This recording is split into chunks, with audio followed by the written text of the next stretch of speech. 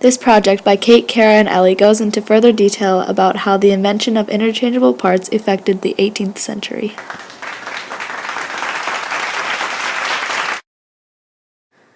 The impact of the invention of using interchangeable parts of the clock changed manufacturing forever. Eli Terry was one of the many who mass-produced the box clock. He applied water-powered machinery to clock making. Making clocks used to be a craft, but the innovation of the interchangeable parts changed history. In the year 1814, Eli Terry was the first to bring interchangeable parts to the aid of the clocks. This invention was the beginning of many clockworkers fixing broken clocks instead of having to make a whole new one. The clock benefited for astronauts and other scientists. By the end of 17th century, clocks were current enough to use for serious astronomical observation. People use clock that they have a definite period of its own.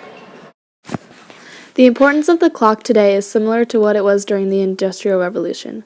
Obviously, back then it was used to tell time, but people didn't always have a clock on them. Nowadays, almost everyone has a phone or a wristwatch to know the exact time of day at all times. The importance of this invention was evaluated by how well the interchangeable parts replaced the original pieces. If they did not function as well as the previous parts, the clock would not work as well, and the interchangeable parts wouldn't continue to receive much profit. Religious and government officials need a process of efficiently organizing their time. Certain tasks has been done at a specific time during the day. Officials had to ensure that the current amount of work was complete in the proper time span. Develop a method to trace unit of unit shorter than the natural unit, which include the day, the lunar month, and the year. For clocks, there were barely any bad effects. The mass production of clocks helped ensure people exact times and figuring out schedules. The clock brought organization to the messy lives of the 18th century. Interchangeable parts for clocks are used in the same way today. They replace the old, no longer functioning fragments with the new ones that will revive the clock to work just as it used to. Firearms were created, but were handmade. Each one took long hours. Eli Whitney created interchangeable parts for the common firearm. This enabled the production of large numbers of identical parts quickly and at a relatively low cost.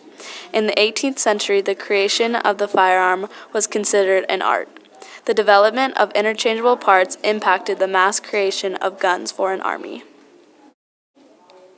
Interchangeable parts for firearms were invented by Eli Whitney Emery in 1798. Eli Whitney Emery was also the inventor of many more interchangeable parts, but the firearm interchangeable parts was one of the most important. The British state's insatiable need for guns to meet wartime demand create a military-industrial society and inspired the great economy transformation of the age.